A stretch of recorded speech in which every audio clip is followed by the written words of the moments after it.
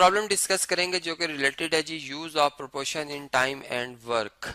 और क्वेश्चन हमारा इस तरह से है कि in a factory 36 workers make some articles in 12 hours. In how many hours 2/3 of workers can make that articles. कुछ आर्टिकल्स बनाए जा रहे हैं, कुछ ऑब्जेक्ट्स बनाए जा रहे हैं और वर्कर्स की तादाद रखी गई है जी 36। तो वो इससे इन आर्टिकल्स को 12 आवर्स में कंप्लीट कर लेते हैं, बना लेते हैं। ठीक है, अब वही कह रहे हैं कि अगर जो है वो वर्कर्स की तादाद 2/3 कर दी जाए, ठीक है, जो कि 24 बनती है, अभी मैं इसे कैलकुलेट करके बताऊंगा। तो फिर ये बताना है कि ये आर्टिकल जो सेम आर्टिकल्स हैं ये कितनी देर में बन जाएंगे, इन हाउ मैनी आवर्स। ठीक है जी, तो यहाँ पर हम ऐसा करते हैं कि सबसे पहले एक हेडिंग बनाते हैं।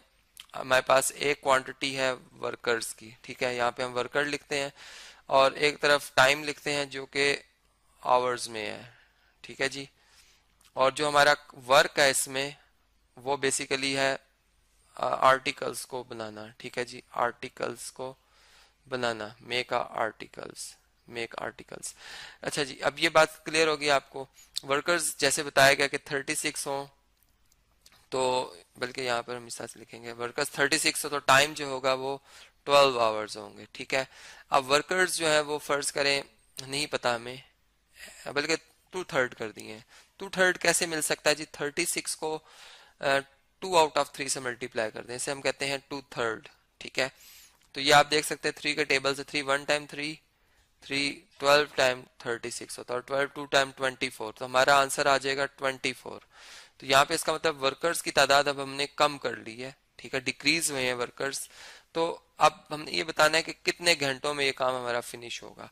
अब यहाँ अगर हम सोचें तो जब हम यूं बात समझते हैं कि अगर एक वर्कर हो, ठीक है, डब्ल्यू फॉर वर्कर, तो वो फर्ज करें 4 घंटे लगाता है काम को कंप्लीट करने में। ठीक है, 4 आवर्स। ठीक है, ये टाइम है, इसको आवर्स में मैं लिख रहा हूँ।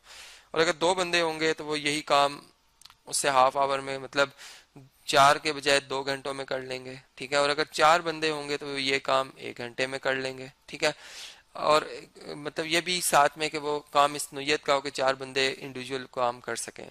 तो देखें, इसका मतलब कि जब हम बंदों की तादाद घटाएंगे तो हमारे टाइम जो है वो बढ़ जाएगा, क्योंकि देखिए जब मैं बंदों की तादाद बढ़ा रहा था तो टाइम मेरा जो है वो कम से कम होता जा रहा था।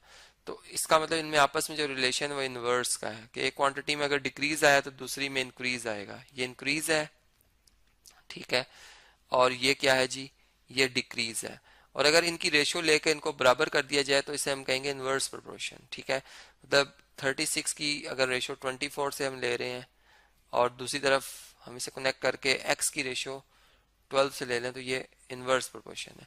अब इसको सॉल्व करने के लिए हम लॉ ऑफ प्रोपोर्शन यूज कर लेते हैं, जिसमें कि प्रोडक्ट ऑफ मीन्स और प्रोडक्ट ऑफ एक्सट्रीम्स जो है वो बराबर होते हैं। ठीक है जी, तो ये हम लिख देते हैं, ये मीन्स है और ये एक्सट्रीम्स है। ठीक है जी, तो इनका प्रोडक्ट ले लेते हैं, जैसे 12 और 36 मल्टीप्लाई होंगे, ये है प्रोडक्ट ऑफ एक्सट्रीम्स।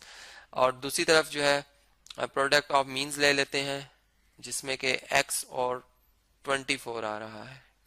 अब x को बिल्कुल सेपरेट करने के लिए, x की वैल्यू फाइंड करने के लिए हम ऐसा करते हैं कि 24 का मल्टीप्लिकेटिव इनवर्स 1/24 से मल्टीप्लाई कर दें, या दोनों तरफ 24 से डिवाइड कर दें, यहाँ भी 24 से, यहाँ भी 24 से डिवाइड करें। तो देखें 24 1 टाइम 24, 24 1 टाइम 24, 12 1 टाइम 12, 12 2 टाइम 24, और फिर यहाँ से 2 1 टाइम 2 2 2 1 टाइम 2 और 2 8 टाइम 16, तो ये 18 आ गया। इसका मतलब कि जो हमारे पास x है वो 18 आ गया।